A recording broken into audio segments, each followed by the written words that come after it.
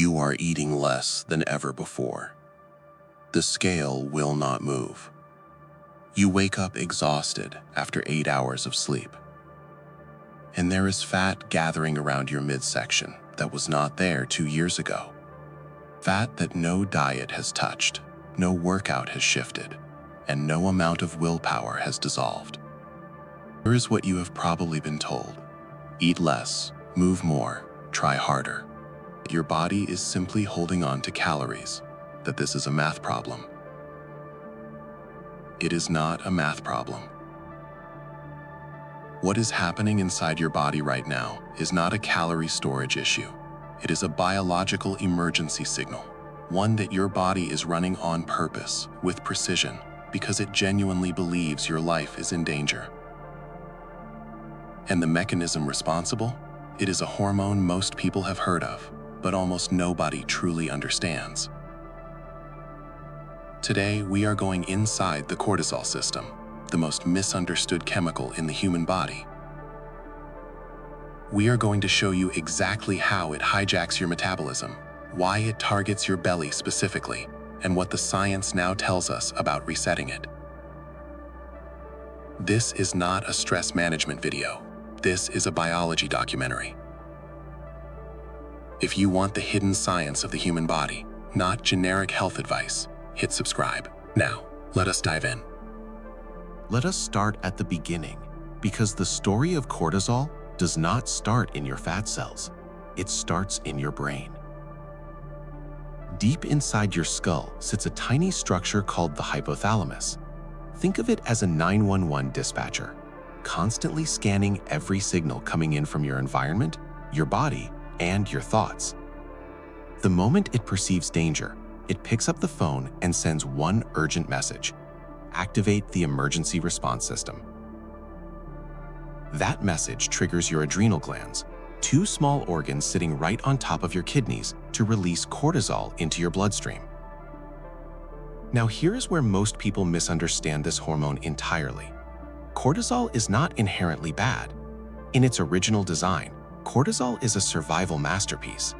It sharpens your focus, it floods your muscles with energy, and temporarily shuts down systems your body considers non-essential in a crisis: digestion, reproduction, long-term immune defense, and redirects all available power towards one goal: keep you alive right now.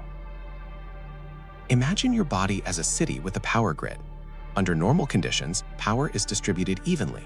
Lights on in every district, all systems running smoothly. The moment cortisol is released, that power grid reroutes. Non-essential neighborhoods go dark. Every watt of electricity flows to the districts that matter in an emergency: your muscles, your brain, your heart. When this power grid reroutes correctly and then restores after the danger passes, this is a primary driver of peak human performance. Warriors, athletes, surgeons in crisis, this system is why they function brilliantly under pressure. But here is the problem that no one is talking about. Your 911 dispatcher, your hypothalamus, cannot tell the difference between a lion chasing you through tall grass and a passive-aggressive email from your boss. Read that again. Your nervous system is ancient. It evolved for physical, short-burst threats. It was never designed for the kind of stress modern humans experience: chronic, low-grade, relentless, and inescapable. The kind that does not last 30 seconds, the kind that lasts 30 years. And when that dispatcher keeps receiving emergency calls, hour after hour, day after day, it keeps sending the same message to your adrenal glands: keep the cortisol flowing. Now your body is locked in to what researchers call HPA axis dysregulation. Think of it as your body's stress circuit breaker, stuck in the on position, unable to reset. When this circuit breaker fails, this is a primary driver of the bone-deep fatigue you feel even after sleeping, the brain fog that follows you through every afternoon, and the creeping weight gain that seems to have no explanation. But the fat storage story is where this gets truly specific and genuinely alarming. Here is the mechanism that most health content completely glosses over, and it is the key to understanding why your midsection is the last place fat disappears. Your body, flooded with cortisol, is operating on one core belief: scarcity is coming. In survival mode, your biological priority shifts from burning fuel to storing it. Specifically, storing it somewhere accessible, close to your vital organs, ready to be mobilized the instant your body needs explosive energy. That location? Your abdomen. Think of visceral fat, the fat that accumulates deep in your midsection around your organs, as your body's emergency storage warehouse, strategically placed at the center of operations, close to the liver, close to the gut, close to the bloodstream, easy to access, easy to refill. Cortisol drives fat storage into this warehouse through two distinct mechanisms, and both are worth understanding clearly. Mechanism 1, the insulin connection. Cortisol signals the liver to release stored glucose into your bloodstream because in a genuine emergency, you need fuel available immediately. Your pancreas responds to rising blood sugar by releasing insulin. Insulin's job is to move that glucose into cells. But when cortisol keeps triggering this cycle repeatedly, even when you have not eaten, your cells begin resisting insulin signal. Research consistently shows that this cortisol-driven insulin resistance is a primary driver of fat accumulation, particularly in the abdominal region. Think of insulin as a key and your cells as locks. Under normal conditions, the key turns smoothly. Under chronic cortisol flooding, the locks begin to jam. Glucose has nowhere to go, and your body converts the excess directly into fat, deposited in that central warehouse for later use. Mechanism 2, the receptor density advantage. This is the part that makes visceral fat almost maddeningly efficient at growing under stress. Visceral fat cells contain a significantly higher density of cortisol receptors compared to fat cells elsewhere in your body. This means belly fat is not just a passive accumulation site. It is actively listening to cortisol signals more acutely than any other fat depot in your body.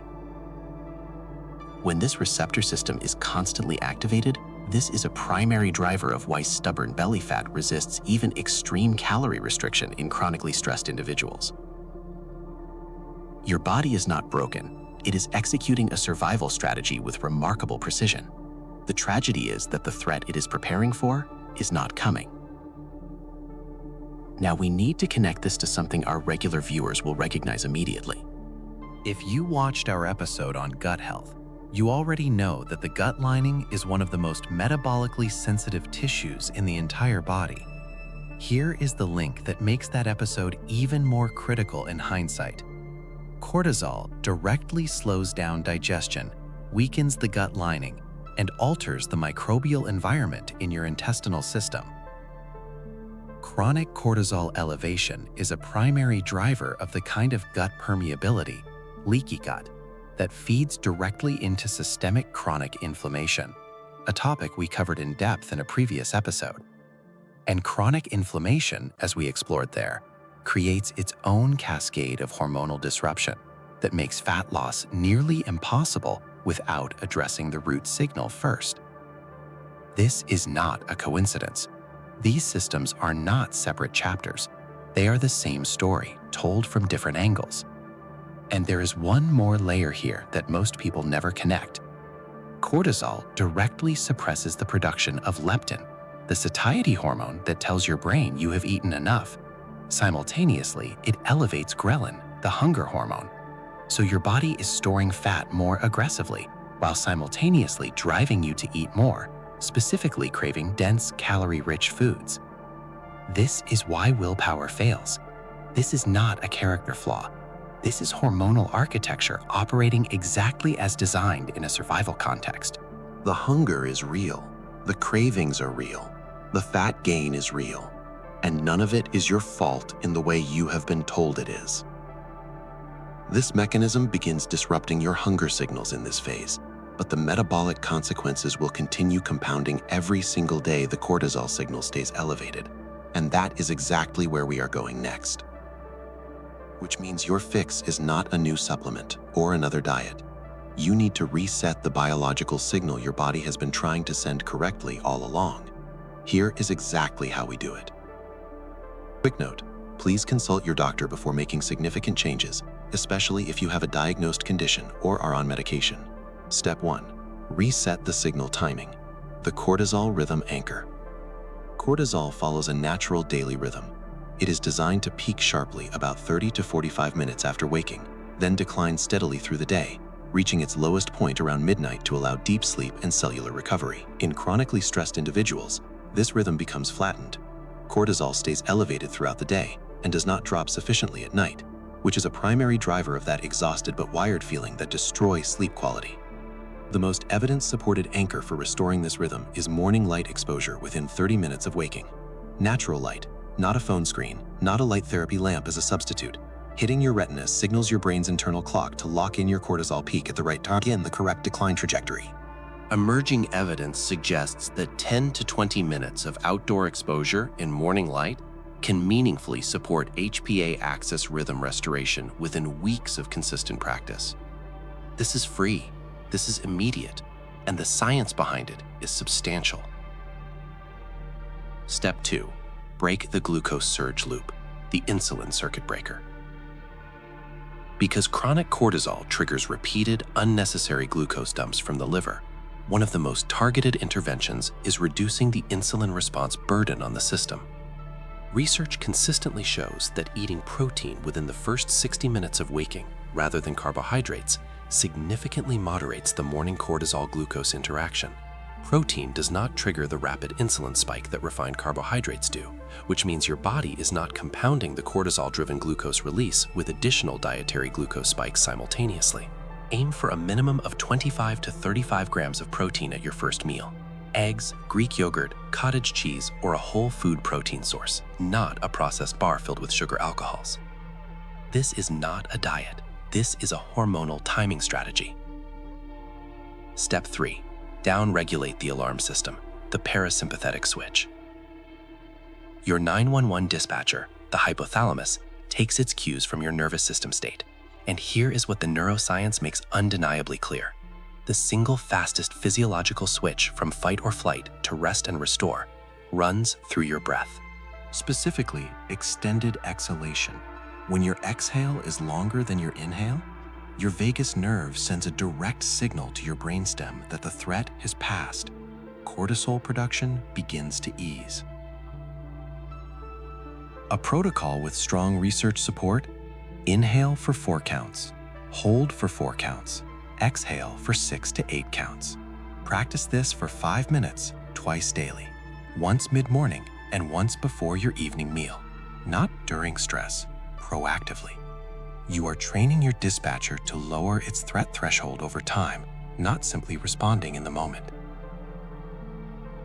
Step 4. Target the warehouse directly, the movement signal.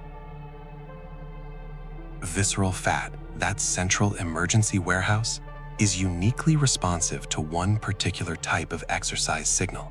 Research consistently shows that Zone 2 cardiovascular training, low to moderate intensity steady state movement that keeps your heart rate between roughly 60 and 70% of its maximum, activates fat oxidation pathways specifically in visceral fat stores without triggering the cortisol spike that high-intensity training frequently causes in already dysregulated individuals.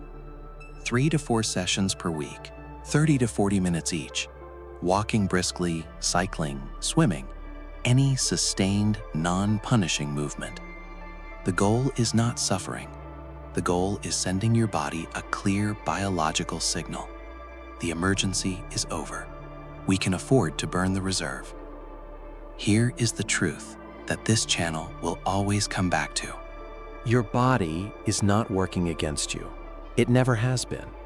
Every symptom, the fat that will not move, the exhaustion that will not lift, the cravings that feel impossible to resist, these are not failures. They are communications. Precise, urgent, biological signals from a system that is trying to protect you the only way it knows how. The moment you stop fighting your body and start understanding it, everything changes. Now, one question for you. What is the symptom that brought you to this video today? Drop your answer below. It helps us know what to cover next, and it tells you something important about what your body might be trying to tell you. belly fat that will not move. Exhausted even after sleeping. Constant cravings I cannot control. Or anxious and wired but completely drained. You do not have to write a paragraph. One bullet color is enough. And if someone in your life has been told their weight gain is just laziness, their fatigue is just aging, or their cravings are just weakness, share this video with them. Because what they are dealing with might not be a discipline problem. It might be a biology problem. And biology has answers.